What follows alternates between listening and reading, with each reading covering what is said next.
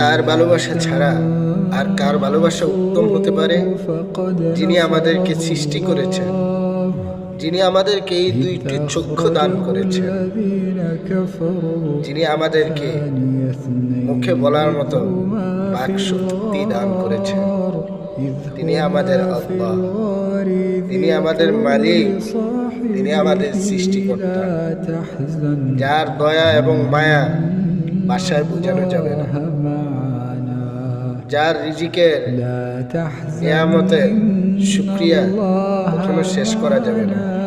তিনি আমাদেরকে বড্ড ভালোবাসেন, তাই তো ভালোবাসেন বলে তার সবচেয়ে থেকে প্রিয় লোকটাকে, কাছের মানুষটাকে আমাদের জন্য পাঠাইছেন নবী বানিয়ে।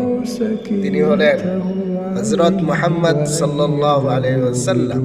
একবার বলুন তো দুরূদ শরীফ সাল্লাল্লাহু আলাইহি ওয়াসাল্লাম। আসুন আমরা সকলে আল্লাহকে ভালোবাসি, মানুষকে আল্লাহর জন্য ভালোবাসি, তার প্রিয় হাবিব জনাব মুহাম্মদ সাল্লাল্লাহু আলাইহি ওয়াসাল্লামকে ভালোবাসি। এটা আমাদের আখিরাতের হবে কামিয়াবি।